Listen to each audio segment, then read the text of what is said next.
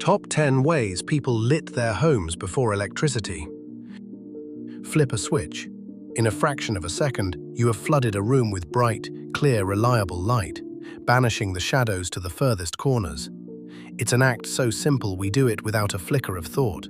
But for 99.9% of human history, that act was pure magic. For millennia, the day was dictated by the sun. Life, work, and safety were chained to daylight. The setting of the sun triggered an ancient primal anxiety. The night was a cold, dark, and dangerous void. The entire story of human innovation, in many ways, has been a desperate, flickering battle to chase the night away. This struggle for illumination wasn't just about seeing in the dark. It was about extending the day, enabling late-night reading, industry and culture, and providing a sense of safety. What did people use for light before the miracle of the light bulb? The answer is a 40,000-year journey of fire, fat, and fantastic invention. From the humblest burning reed to complex networks of gas pipes, let's illuminate the top 10 ways people lit their homes before electricity. 1. The primal glow, firelight from the central hearth. The first and most enduring source of artificial light wasn't a light at all. It was a fire. For tens of thousands of years, the central hearth was the single most important piece of technology in any human dwelling. It was the source of heat for survival, the stove for cooking food, and the first light fixture. This firelight was the Paleolithic television, the social and emotional center of the home. Families gathered around its reddish, flickering glow to eat, tell stories, and find safety from the predators prowling in the dark. However, as a primary light source, it was terribly inefficient. Most of its energy was heat, not light. Before the invention of the chimney, the smoke from an open fire filled the dwelling, stinging the eyes and blackening the walls. The light was dim, unsteady, and tethered to one spot. But it was a massive leap from total darkness. It was the original on switch. 2. The first lamp, stone bowls of burning animal fat. How do you make fire portable? That was the next great question. The answer, found in archaeological sites dating back over 40,000 years, was the primitive stone lamp. This was the first true lamp. The technology was brilliantly simple. Take a hollowed-out, non-flammable object like a rock or a large shell, fill it with a flammable fuel, and add a wick. The fuel was the easiest thing to find, rendered animal fat or tallow. The wick was whatever absorbent plant fiber was nearby, like a twist of moss or dried grass. This prehistoric butter candle was a profound innovation. For the first time, light could be moved. You could carry this small, smoky, and likely terrible-smelling lamp to a different corner of the cave or hut, allowing for work, such as creating cave paintings or tool-making, to happen away from the main fire. 3. The explorer's light, the pine resin torch. While the stone lamp provided ambient light, it wasn't good for walking around in the dark. For that, you needed the torch. The classic image of a medieval castle or an ancient cave, the torch was the go-to mobile light for millennia. A torch was simply a stick wrapped on one end with an absorbent material, like linen rags, bundled fibers, or moss. This bundle was then soaked in a long-burning, sticky substance, most often pine resin or pitch, or animal fat. A well-made torch could burn for an hour or more, casting a wide, bright, and wildly unstable light. It was, in effect, a flaming stopwatch, a tool designed for a specific duration. But it was also dangerous, smoky, and messy. It dripped burning pitch and belched soot. You wouldn't use one to light your living room, but it was the only way to navigate a dark forest or a castle rampart. 4. The poor man's candle, the humble rushlight. For the average peasant in medieval or colonial times, beeswax candles were an unthinkable luxury, and tallow candles were still expensive. The most common source of light for the common person was the humble and largely forgotten rushlight. A rushlight was a do-it-yourself light source made from the cheapest materials imaginable: common field rushes and leftover cooking grease. The process was simple. Harvest the tall, reedy rushes, peel the outer bark to expose the soft inner pith, leaving one thin strip of bark to act as a spine, and then dip this long, fragile wick into any spare kitchen fat, like bacon grease. The cooled, fat-soaked reed was then held by a special metal clip over a dish. It provided a dim, smoky, and very weak light, often just enough to see the person sitting opposite you. It burned for only 15 to 30 minutes, smelled like rancid fat, and required constant replacement. But it was, quite literally, almost free. 5. The Great Divide: tallow candles versus luxury beeswax. For thousands of years, candles were the dominant form of lighting. But not all candles were created equal. There was a stark class divide written in wax. For the vast majority, there were tallow candles. These were made from rendered animal fat, beef or mutton. They were the standard, but they were awful. They guttered and sputtered, and their wicks, which didn't self-consume, had to be constantly snuffed or trimmed with scissors to stop them from producing a cloud of black, sooty smoke. Worst of all, they smelled terrible, both when lit, like burning meat, and when extinguished.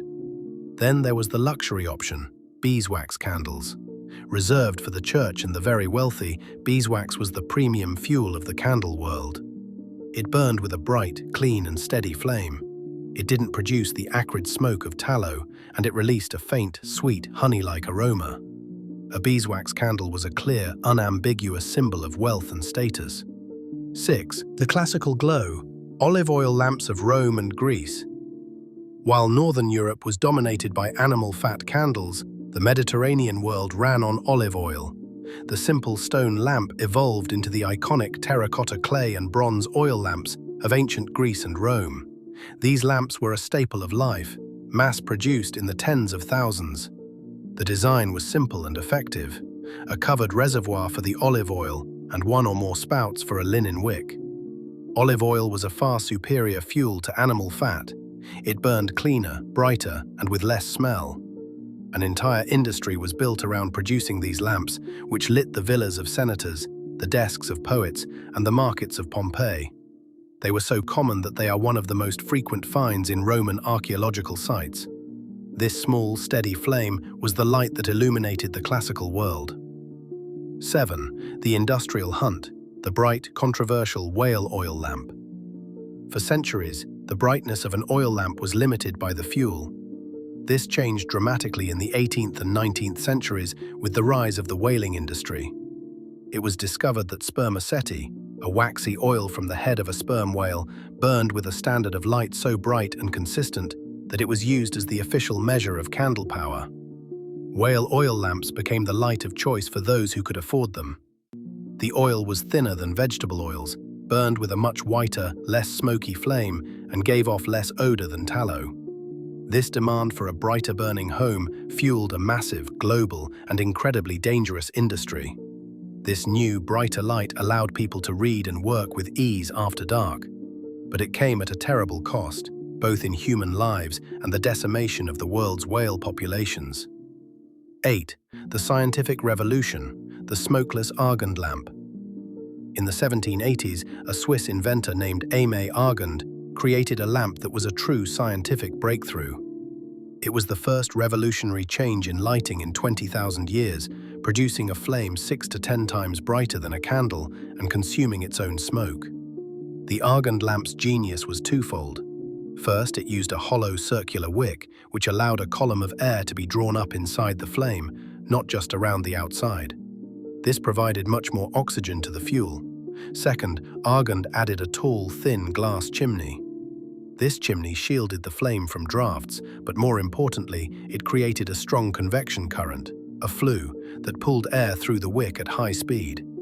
This supercharged flame was so hot that it burned away the soot particles that normally create smoke, converting them into brilliant white light. It was the incandescent bulb of the oil lamp world, and its design principles are still used in kerosene lamps today. 9. The people's light: the kerosene lamp. The Argand lamp was brilliant but expensive. The whale oil lamp was bright but unsustainable. The light that truly democratized the night and ushered in the modern era was the kerosene lamp.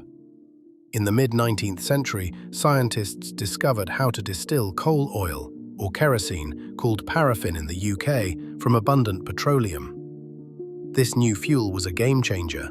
It was cheap to produce, safe to transport and store, and burned brighter and cleaner than almost anything before it.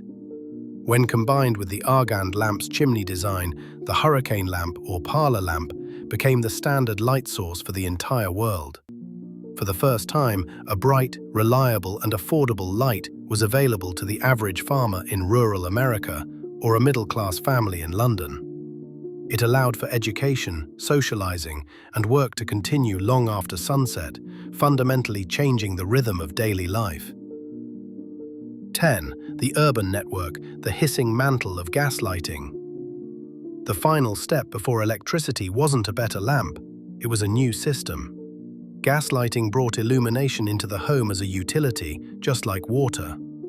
Starting in the early 19th century as public streetlights, town gas, produced by burning coal, began to be piped directly into the homes of wealthy city dwellers. This was a new kind of magic. A homeowner could simply turn a small tap on the wall and, with a match, light a gasolier, a gas chandelier, that bathed the room in a bright, steady light. However, early gas jets were problematic. They were smelly, left sooty stains on the ceilings, and posed a constant risk of leaks, noxious fumes, and explosions. The light was also a rather unappealing, weak yellow flame. It wasn't until the 1885 invention of the Welsbach mantle, a small chemical-coated mesh bag that glowed with a brilliant white light when heated by the gas flame, that gaslighting became truly practical. It was this hissing, glowing mantle that went head-to-head with Edison's first light bulbs. Conclusion: from flickering fat to a world on a wire.